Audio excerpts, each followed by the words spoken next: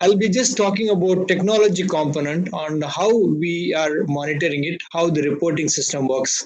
I'll confine to 10 minutes to show you about what is happening in the open ocean. This, we are talking about this particular day, important day. It's 16 years ago. This is a particular series of pictures. We had it. A few of my colleagues, they were in Hudbay. They had gone for a coastal pollution monitoring program on that fateful day. They were there and they were trying to, they were having a morning tea, and the vessel was supposed to sail out from Hudbay to Port Blair. And this particular instant, they didn't know that tsunami struck, but the waters decided, with a thoughtful ship crew, he cut the mooring rope and the vessel started drifting away. You can see the series of pictures. It's the first time I'm showing. I've not shown to anybody else. I saw this as an opportunity for us to understand. And until they reached Port Blair, 8 hours, they didn't know that there was a tsunami struck and many people died. The place where they were having morning tea, that got washed away. This is another point to show you the importance. This is the southernmost tip of India that does not exist now. Now, when you talk about 2004 to now, what type of technology development has happened? And the important point is tsunami early warning, which Dr. Srinivas has presented. INCOIS and our Minister of Earth Sciences done a very good, wonderful job. And we need an important part is how do we do the tsunami detection and forecasting process. There is a DART technology that is called Deep Ocean Assessment and Reporting of Tsunamis that was well established by Pacific Marine Engineering Laboratory, NOAA. So we borrowed that initial technology, and this need to be established in the open ocean. How does it work? We have three types of waves: wind-driven and tidal waves, which we normally see in the wind waves are seen in the beach. The tsunami waves are long waves. The pressure could be felt from surface to the bottom, whereas first two waves, wind and tidal-driven waves, the pressure cannot be felt. So simple physics, this was thought over it, and what we do in the right side, we install a system at 4 kilometer depth approximately, and it starts monitoring continuously every 15 seconds the pressure data using a very special pressure sensor. Many of the students, they know about Borden tube pressure gauge, and that starts communicating.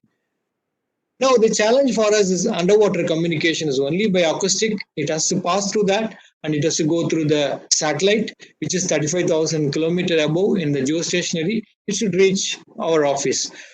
We always say that any electronic components or a system can hang over there, or it can have a malfunctioning, and the whole system need to be installed about 1,000 kilometers away, far away, close to Nicobar, and that need to work throughout the year because we have a limitation going to the site. We can reach only once.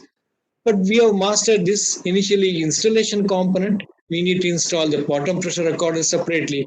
We need to install the mode buoy separately. The communication angle underwater is only 30 degrees. Within that level, the communication should take place. So you need a gamut of techniques and expertise to install such a system that should last about 10 years. We've been working more than about 250 times we would have installed. Never there was a failure. Typical sinusoidal curve, what you see is a way the pressure variation takes place. When there is a tsunami event, you can see at the topmost picture, this is a continuous amount of rapid mode data. You get it every 5 minutes. This is what we provide automatically to INCOIS. They use it for their warning purpose. This is very important critical data which has to come. And INCOIS and NAOT, we have got a national committee. These buoy systems are specifically positioned, 5 of them in Andaman Nicobar near the Nicobar Plateau, and 2 of them are near Makran. There are about 60 minutes travel time, 30 minutes travel time. There is a particular calculation involved in strategically positioning that. Now, what have we done in all these years? There are about 13 odd countries. They have been using these similar such systems, and India has developed our own system. I'm proud to say that our Indian system, we call it as Sagar Bhumi, which is completely made in India. That has been very cost effective, and we are sharing the data in an effective manner. So this is what is a current system which is working. The whole group does many other activity like similar for mid-ocean and cyclone warning. We have similar systems.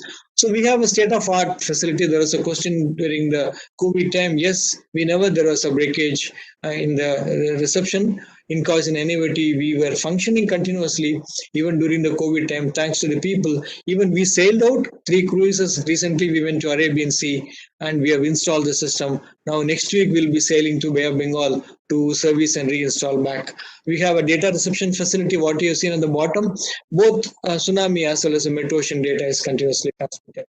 What we need to have to install is a specific ship, and that has to go there and that have a longer endurance. We need to survey the bottom, near to the tsunami zone. The bottom may be very have an undulation, so we have to specifically install over there.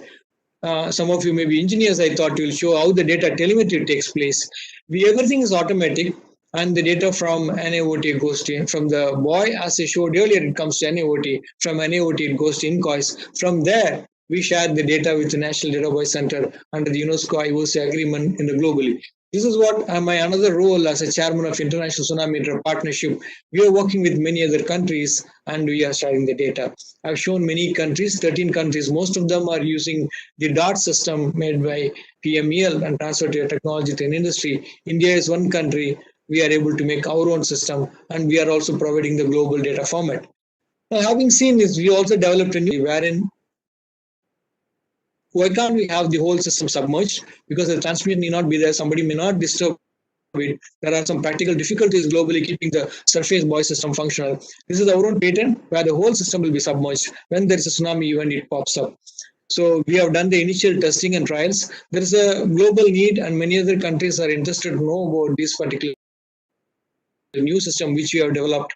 Once it is ready, we'll be transferring the technology. This will ease out many of our difficulty for having the system sometimes surface which may get damaged. So the whole thing is that it has to work in a particular moment. We cannot say that in that moment the system did not work. So we have redundancy. With this experience, we have formulated it.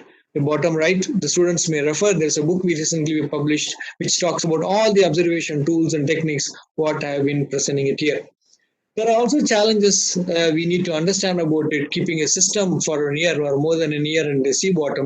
We had a unique case where one of our tsunami buoy system at 3,300 meter depth, close to Nicobar, had some sort of, bottom right you can see, on some sort of mucus substance. So we were amused what could be the smelling. Then we referred to Dr. Henry Daman, who has been working on the Titanic shipwreck, which has sunk more than 100 years ago.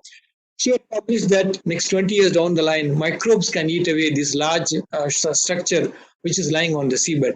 We all know the importance of COVID. What microbes can do it. We live in a biosphere. Yes, there are something can happen. So herein we found that any of the uncoated material, even though they are corrosion resistant stainless steel alloy, that got damaged. This is an important finding. The whole system would have been lost if you have not retrieved it. So these are all the challenges when you work at sea. We need to understand about it. Now, going back to the future, this is one of the recently I was sharing one of the session on deep ocean observing in ocean science community. Therein, Dr. Ariyoshi from Jamstack, he had come and presented. Japan is doing wonderful work on technology development. They are drilling the seabed. You can see they have a special ship Chuku which can go and position it, and from the seabed 2 kilometers deep they can drill. This is what the picture talks about. They have drilled and installed a seismometer as well as a temperature and conductivity sensor that is being transmitted in real-time mode. So this is to talk about, there is a lot more thing. They also have got a remotely operable vehicle. So there is a way in ocean where you can go and precisely drill and put a sensor. Srinivas mentioned about cables. I'm also part of this joint task force comprising of International Telecommunication Union, World Meteorological Organization, and IOC UNESCO. We are trying to work. There are about 1 million length of cables. We all are using mobile. The current internet depends on the underwater cable. Even Chennai to Singapore, there's a cable. From Bombay, many other cables are there. Andaman to Chennai, another cable is being laid by Government of India. There's one more cable recently Cabinet has approved from Cochin to Lakshadweep. So whether we can use this telecommunication cable, which are working on fiber optic principle, so that there is a large amount of data transfer is possible in this way. So this is what in the global community we are discussing. ITU is working very closely and part of this international tsunami partnership. There's a technology component is there. The sensor should work for 20 years because these cables would remain on the seabed for 20-25 years.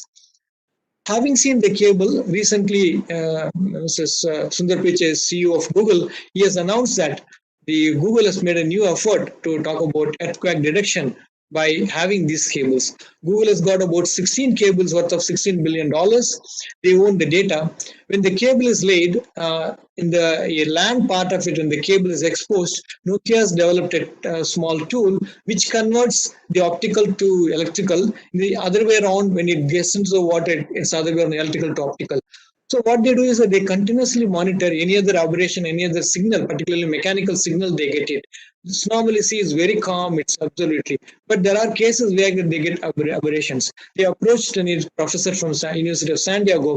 He has given a model and algorithm which as Google had worked on it. They found out in two cases they were able to detect the underwater earthquake. This is amazing. There's no specific sensor. Using the existing data, they were able to detect. This is what Dr. Srinivas also mentioned.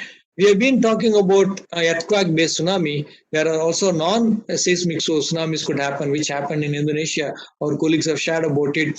There could be landslide or meteorites. So what could be done? This is what in the data by cooperation panel we discussed. We proposed to have a workshop inviting experts from different disciplines to think differently. The current technique of using the water level record is exclusively for earthquake detection, but something more can happen over there. So still we are not understood much about the earth, what we are living. We are trying to know more about Mars and Moon, but having the importance we have discussed on the disaster, how it can affect the coast, particularly in our area where about 1/5 of the population is living. So there's a need to understand about it. Maybe next year we plan to call all these big industries and as well as seismologists, geologists, computer specialists, data analysis students to have a different discussion about it. So in future, tsunami will remain as a major threat to the coastal infrastructure and the human life. So it is at most important for us to advance our understanding of all aspects of tsunami research. So we are trying to focus globally. Tsunami research should be prioritized now. Even the Decade of Ocean, there is a discussion about that, and apply our knowledge for the early warning direction. That is what we are talking about it. And assessment and mitigation tools are to be done. So I'm sure that such workshops will pay away, bring newer thinking, and we will be able to succeed in trying to help the society. Thank you very much. Pranam to Ma.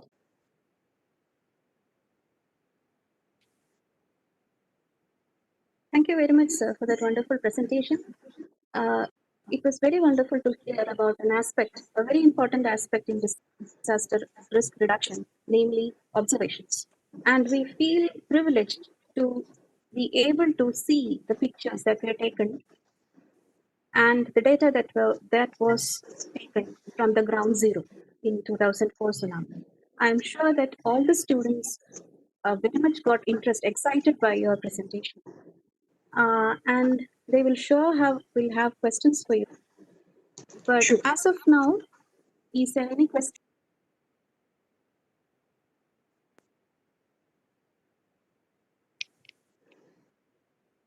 There's a question somebody has asked. Can you read it? It's there in the chat box. Sure.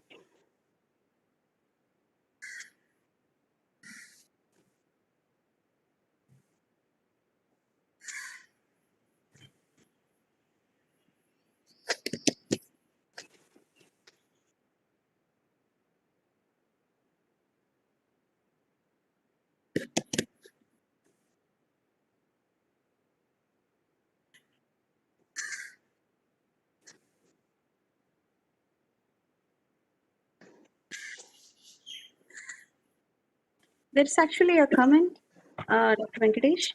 Yes, please. Is that you have given a wonderful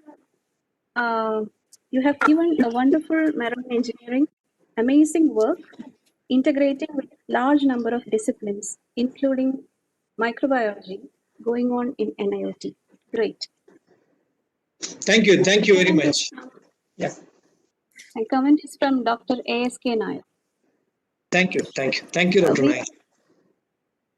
I had a question. Yes, please. Please go ahead, ma'am. So I had a question when you have talked about the new system where the new patent which you were talking about where the boys remain under the sea. Yeah. And whenever it is required, it basically comes up. And I had the question with respect to sustaining the power. How are we doing? Yeah. And also to cover this large area, how many buoys we need to cover this large area for tsunami detection? Fine. We have two for tsunamigenic fault zone, which Dr. Srinivas also covered. So initially, there is a national committee comprising of seismologists and geophysicists and geologists. They have identified we need about 5 of them. And also an important part is that INCOIS also shares the data with the neighboring countries. They too have deployed similar such systems close to the fault zone. We need about 2 for the Makran region. And an important point is that we can deploy the systems either in the outside the EEZ or open ocean or within the EEZ. There are also limitations for us going close to the other countries' EEZ. Keeping that in mind, we would like to maintain the same system. Coming back to the power consumption, it's a very valid question you have asked for it. We are using lithium-ion battery. Basically, even our main buoy system, we need about 3000 ampere hour. So they are working very fine. And the important point is we submerge it to a 300 meter water depth. That is the level up to which there are chance of fishing net can get entangled. Now, what we are trying to work is, can we think of an underwater winch which will pop up and pull it down? Without winch, it's very easy. With winch, is very complicated. Without winches, it will come once. And from our past data, we can clearly say that how many times it need to pop up. So we can program in such a way that it gets triggered and pops up to the surface. But we are also working in the next level, whether it can have a winch to that. Winch is a system by which you can pull it and bring it back. So we have done a test of Goa and Arabian Sea. It worked. So now we are fine tuning it. Thank you very much, sir. Thank you, sir. Thank you, madam. Thank you very much, sir. Thank you. You mentioned Doctor, you're talking about communication. The biggest challenge for us is using Inmarsat communication, which is geostationary satellite. Recently, we got the approval to use Iridium, which is LEO. Then there's a power consumption will be 1/10 of it. So once it comes through, this will be much better. And we are also working with ISRO. Maybe 4 years down the line, we'll have a INSAT, which will have a coverage and footprint to the ocean, and that will be similar to the one what we are using. So maybe another 4 years down the line, the completely whole thing can be communicated through INSAT. Presently, we do the platform encryption, so that's what we work on. Thank you.